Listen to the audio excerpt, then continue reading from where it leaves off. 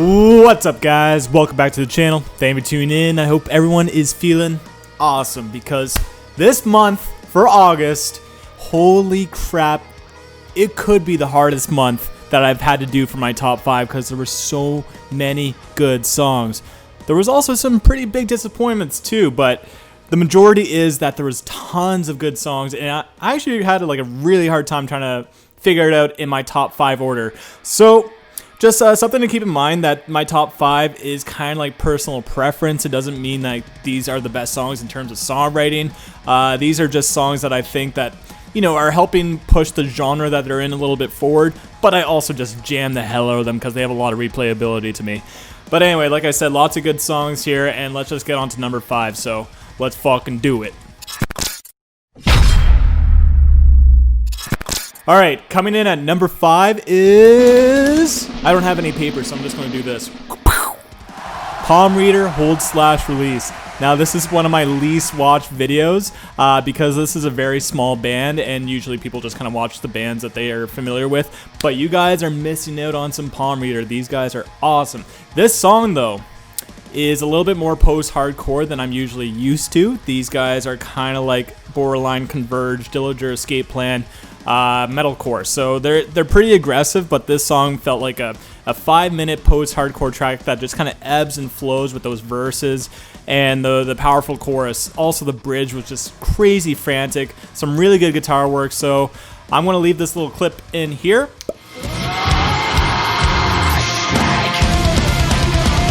There we go. If that part interested you, go check it out. I also did the reaction with True Shot, as you can see. True Shot are love those guys. They joined in for a couple of reactions. They were kind of iffy about the track, but for me, it's a grower. And holy shit, I absolutely love this song, and that's why it's number 5. Anyway, let's go on to number 4. Coming in at number 4 is Rollo Tomasi, A Flood of Light. This band, I've been trying to get this band on the channel for the longest time because there's been a certain amount of hype, especially with my patrons. My MVBs have been requesting me to get this song on the channel. It took almost a year, probably more than a year actually, to get this band featured on the channel, and I was pleasantly surprised. Like, this was much different than anything I've heard on the channel, and here's like a little sample.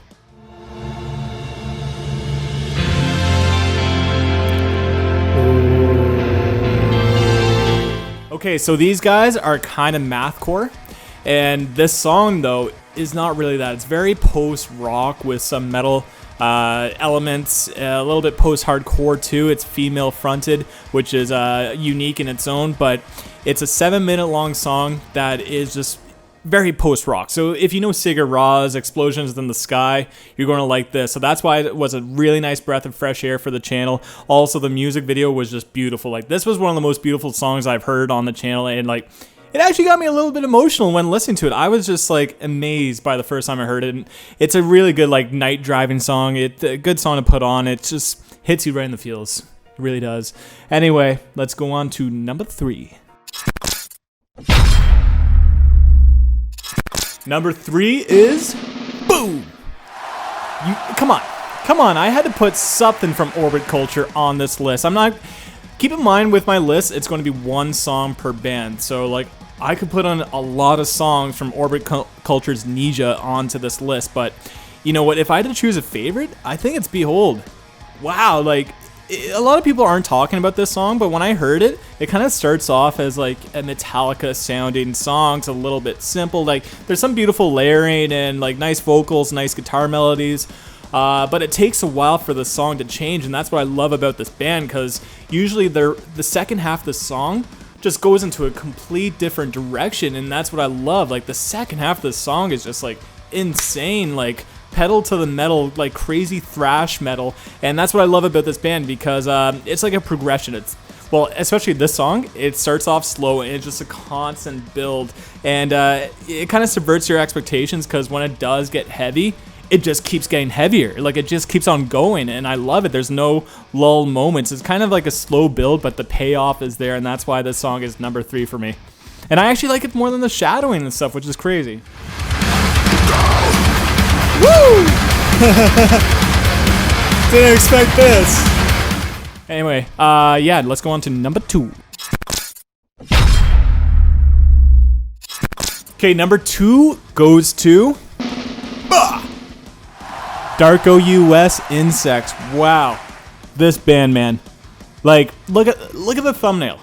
Like my face, like I grab all my thumbnails from like my actual reactions in the video. They're not like clickbait. Like those are actually that's actually my face in the video is what I'm trying to say. Because this was just like batshit crazy. If you like mathcore, kind of like, well, especially Tony Danza Tap Dance Extravaganza, then you're going to love this because it's very similar in that regards.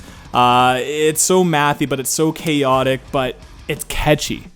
And Tom Barber from Chelsea Grin and former Lawrence Shore absolutely crushes it. He's becoming like one of my favorite vocalists. Like I love everything that he's been doing lately with Chelsea Grin and now Darko Us because it is so heavy. The vocal variety is high, low, and like he does so many different styles. But he knows how to phrase like his words. He makes it so catchy and fun to just like listen to. Here's a little sample of the chaos. Woo! Oh my god, it keeps on going! Yeah, this is extremely heavy that even, again, I'm going to mention the guys at True Shot because I did videos with them on their channel. We even did another Darko Us song because we were both blown away by this band. Like, I'm so excited for their future. Like, I like this song more than the new Chelsea Grin song, and that was already 5th place in my last month's list. So, super excited for Darko Us. Before we get on to number 1, let's mention some honorable mentions.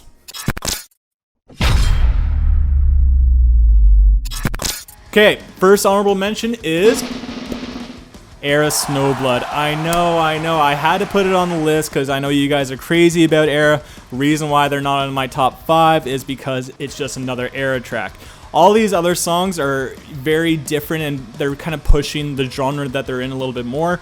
Era, it's just the same kind of Era that I'm familiar with, albeit like a really good track though. And it is growing on me. I'll leave it at that it is growing on me, but you know what? I still would need more from this band to make me love the band because I know everyone loves these guys. Something about them is just not clicking for me yet, and maybe their next song will. Holy shit.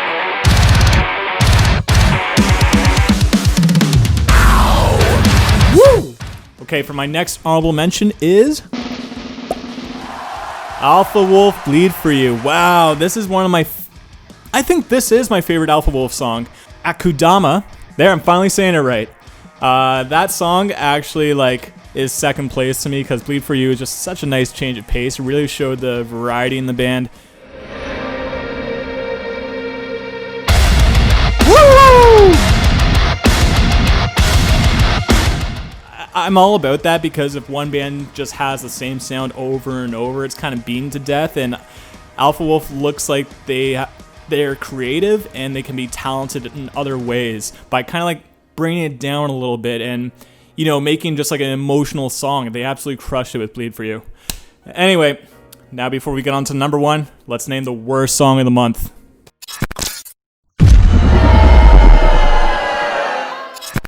Alright, worst song of the month goes to Fit for a King, Annihilation. Man. This is annihilation!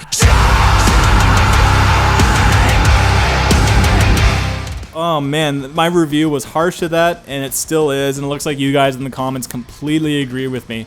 Like, the thing is, okay, another disappointment this month was In Heart's Wake Caligula, and a lot of songs on that album are very poppy and melodic, which is fine. It just, I guess I was going into the album hoping that it was going to be heavier, more metal, because that's how they kind of sold the album with singles like Worldwide Suicide. So that album became a big disappointment because of its marketing and what it was trying to achieve, at least what I thought.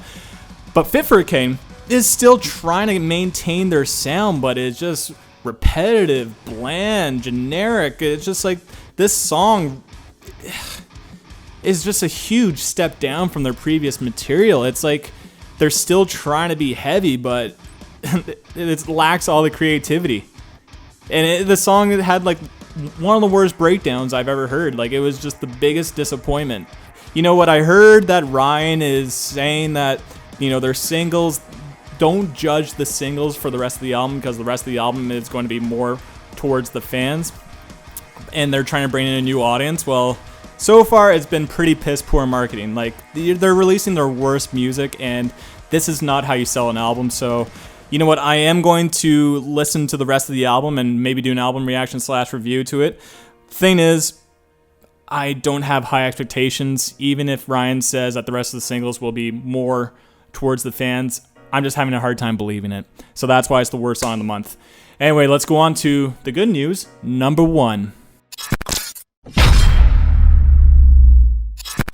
And number 1 goes to Diamond Construct Enigma.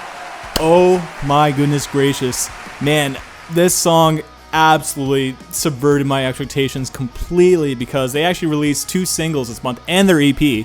But the first single was called Psychosis, and it's new metal with a lot of trap elements. Was not feeling it, because these guys are just like really solid metalcore from Australia. I know metalcore is such a saturated genre, but they just had exceptional writing, because they brought in the heavy and the melodic elements that makes metalcore so good, but they do it so well because it's creative guitar work with melodies that are just memorable, and they're not overly poppy or anything. So it still retains that heavy edge, and that's why Enigma is so good. It is the heavy, but has a lot of new metal influence to it. And there's a lot of new metal bands, and Tala is one of them, another good band that I reacted to this month. But to me, this song just has so much replayability, because that chorus is absolutely amazing. Here's a sample. Sometimes I just feel like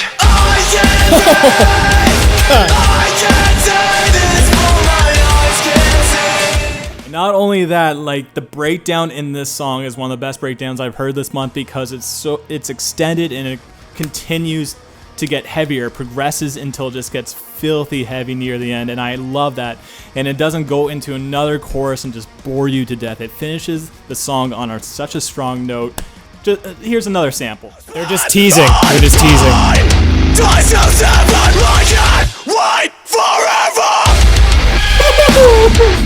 Anyway, these guys are one of the best metalcore bands in the scene right now. They're up and coming, and I'm calling it right now. I've said this about Spirit Box and Sleep Token, and those bands have blown up since I've said it. But Diamond Construct is going to be the next big thing in metalcore. It's going to take some time, and it's going to be harder for them, because the metalcore sound that they're going for is very saturated. But I do think they have a very unique sound. They're going to blow up. They're going to blow up, okay? Just you wait. But yeah, you guys got to check out that song if you're into new metal or metalcore. Got to check it out.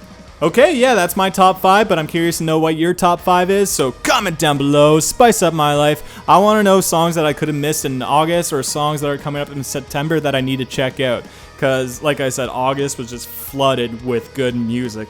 But on that, thank you for tuning in. Till next time. Peace!